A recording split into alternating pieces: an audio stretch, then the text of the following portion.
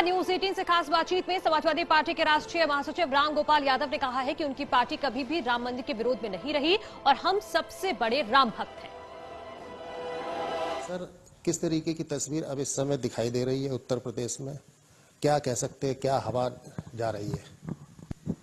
गृह मंत्री अमित शाह एक बात और ये कहते हैं कि अखिलेश यादव अगर सत्ता में आएंगे तो राम मंदिर का निर्माण रोक देंगे। आपने हालांकि संसद में ये बात बोली भी है, लेकिन फिर भी मैं जानना चाहूंगा दोबारा फिर से। ऐसा है, इस देश की जनता बहुत मूर्ख बनेगी ज्यादा।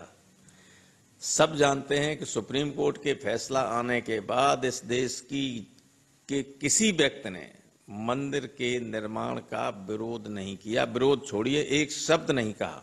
और हम लोग कब मंदिर विरोधी थे?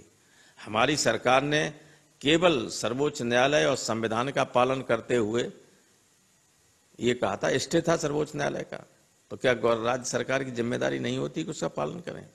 कभी विरोध में नहीं थे। हम लोगों से बड़ा राम भक्त कौन है? हम तो हनुमान के भक्त हैं। हनुमान जी राम के भक्त हैं। तो जिनके भक्त के भक्त हों वो हम उनके विरोधी कैसे हो सकते हैं? अमित शाह जी को ये सोचना चाहिए, इस पर थोड़ा विचार करना चाहिए। इस तरह की बातों से उत्तर प्रदेश की जनता आने वाली नहीं है। उत्तर प्रदेश उनके हाथ से निकल चुका है। चाहे अब वो अखिलेश को गाली दें, समाजवादी पार्टी को गुंडों की पार्टी कहें, चाहे ये कहें कि जितना बड़ा दंगाई उतना बड़ा सपाई, ये कह रहे हैं कि नहीं कह रहे हैं? तो ये नहीं जानते हैं, इनमें ये कॉमन सेंस नहीं है कि जब किसी को आप पूरे समुदाय को गाली दोगे तो वहां से एक वोट मिल जाएगा आपको? नहीं मिलेगा।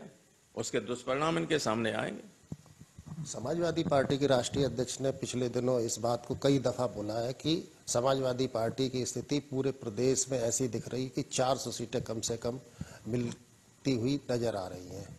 आप क्या मान रहे हैं? हमें भी ऐसा लगने लगा है जब मैं निकला हूं। तो पहले मुझे नहीं ऐसा लगता था, लेकिन अब जो स्थिति बनती जा रही है वही, तभी तो मैंने कहा कि 77 जैसी स्थिति बनती जा रही। कौन जानता था कि इंदिरा जी चुनाव हार जाएंगी राजनाथ जी से? नहीं जानते। एक भी सीट, 85 सीटें थी तब उत्तर प्रदेश में, एक सीट नहीं मिली। पंजाब में एक सीट नहीं मिली, हरियाणा में एक सीट नहीं मिली, हिमाचल में एक सीट नहीं मिली, दिल्ली में एक सीट नहीं मिली थी, गुजरात में एक नहीं मिली, राजस्थान में नहीं मिली, मध्य प्रदेश में नहीं मिली थी कहीं। ये तो उत्तर प्रदेश है, ये तो हृदय स्थल है इस देश का। ये फैसला करता है कि कौन आगे सत्ता में रहेगा। ये छोड़िए कि उत्तर प्रदेश में कौन रहेगा, आगे कौन रहेगा ये भी यही तय करता है। तो उत्तर प्रदेश की ये रणभूमि है जिसमें गाली गलौज का माहौल कर रही है बीजेपी पैदा करना। जहां राम कृष्ण की जो जन्मभूमि रही हो उसमें गाली गलौज की भाषा का प्रयोग किए जाने जाएंगे। प्रेम और सद्भाव की बात होनी चाहिए, वो गाली गलौज कर रहे हैं तो जनता रिजेक्ट कर देगी पूरी तरह से। ये संभव है। ये हमें लग रहा है कि बीजेपी का सूपड़ा साफ हो जाएगा और गठबंधन, समाजवादी पार्टी के सहयोगी दलों का गठबंधन उत्तर प्रदेश में क्लीन स्वीप करने जा रहा है। ये स्थिति बनती जा रही है। इनकी निराशा झलकती है इनके बयानों में, ये महसूस कर रहे हैं। इनका इंटरनल सर्वे रोज कहता है कि तुम्हारे 2%, 3% वोट हो जाते हो। जिस दिन बाबा गाली देता है उस दिन 3-4% और घट जाते हैं। ये 0 पे चले जाएंगे। ऐसा देखा गया है कि जो इत्र लोगों को सुगंधित करता है, खुशबू बिखेरता है, उसको भारतीय जनता पार्टी वाले जो कहते हैं कि वो बदबू का इत्र है। इन्होंने पूरे हिंदुस्तान में जो कन्नौज को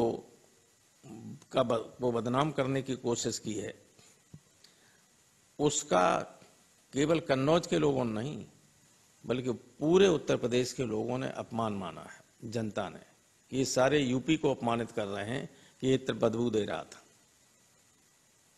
और सारी दुनिया जानती है, जान गई अब कि सब इन्हीं का करा धरा था, इन्हीं का पैसा था, इन्हीं के यहाँ चला गया।